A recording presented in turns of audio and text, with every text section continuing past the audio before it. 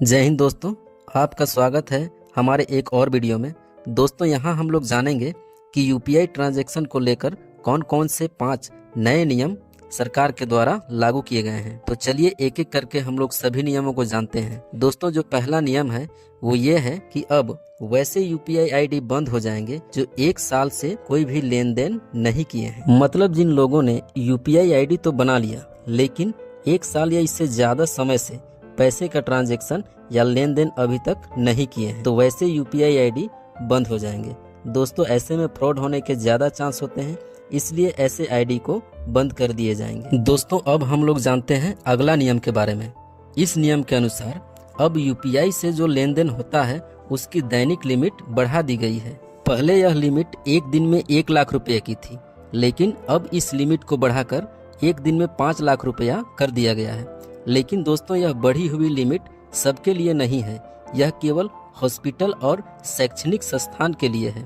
मतलब यूपीआई से एक दिन में 5 लाख का ट्रांजैक्शन मतलब लेन देन आप केवल हॉस्पिटल और शैक्षणिक संस्थान में ही कर सकते हैं, बाकी स्थानों पर लिमिट एक दिन में 1 लाख ही रहेगी। दोस्तों अब हम लोग जानते हैं तीसरे नियम के बारे में। दोस्तों तीसरे नियम के अनुसार यदि यूपीआई से कोई भी पेमेंट करेंगे जो 2000 रुपए से ऊपर है तो वह पेमेंट 4 घंटे बाद बगल वाले व्यक्ति के पास जाएगा। लेकिन यह नियम सबों के लिए नहीं है, यह केवल उनके लिए है जो यूपीआई के नए यूजर हैं, मतलब जो पहली बार यूपीआई से पैसे ट्रांसफर करेंगे। यह नियम केवल उन्हीं के लिए है। यह नियम इसलिए बनाया गया है दोस्तों ताकि जब कोई नया यूपीआई आईडी बनाए और यदि उसके साथ किसी प्रकार का फ्रॉड हो जाए तो वह 4 घंटे के अंदर यदि इसकी शिकायत करता है तो उसके द्वारा धोखे से किया गया पेमेंट का पैसा वापस उसके बैंक अकाउंट में आ जाएगा।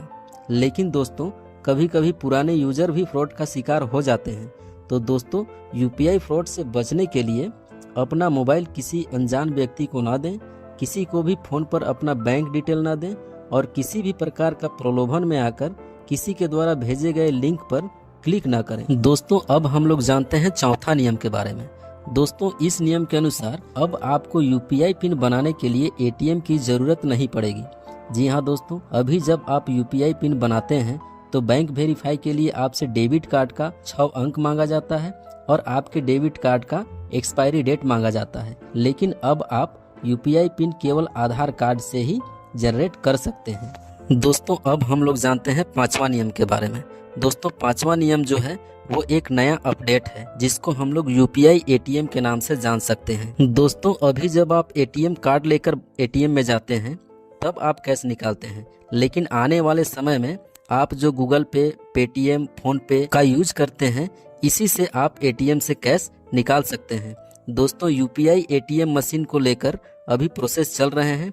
बहुत जल्दी आपको हर एक जगह पर यूपीआई एटीएम मशीन आने वाले कुछ समय बाद मिलेंगे। दोस्तों यूपीआई एटीएम से आप जैसे कार्ड से कैश निकालते हैं वैसे तो निकाल ही सकते हैं, साथ ही आप गूगल पे या फोन पे या पेटीएम इनमें से किसी भी पेमेंट ऐप से यूपीआई एटीएम का क्यूआर कोड स्कैन करके जितना पेमेंट करेंगे उतना कैश यूपीआई एटीएम से निकलकर आपको मिल जाएगा।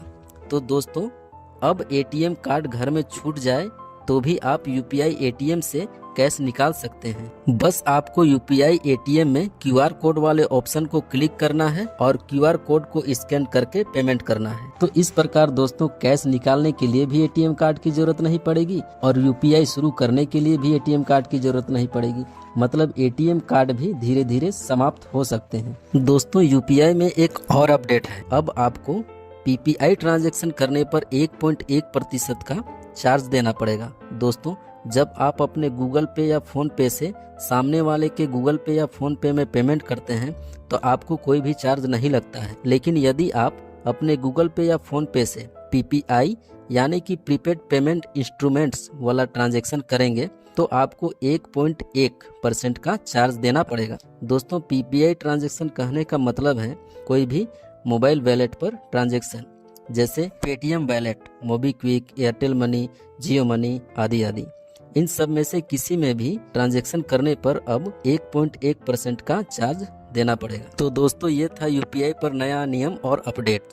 अगर जानकारी अच्छी लगी हो तो वीडियो को लाइक कीजिएगा और चैनल को सब्सक्राइब कर लीजिएगा।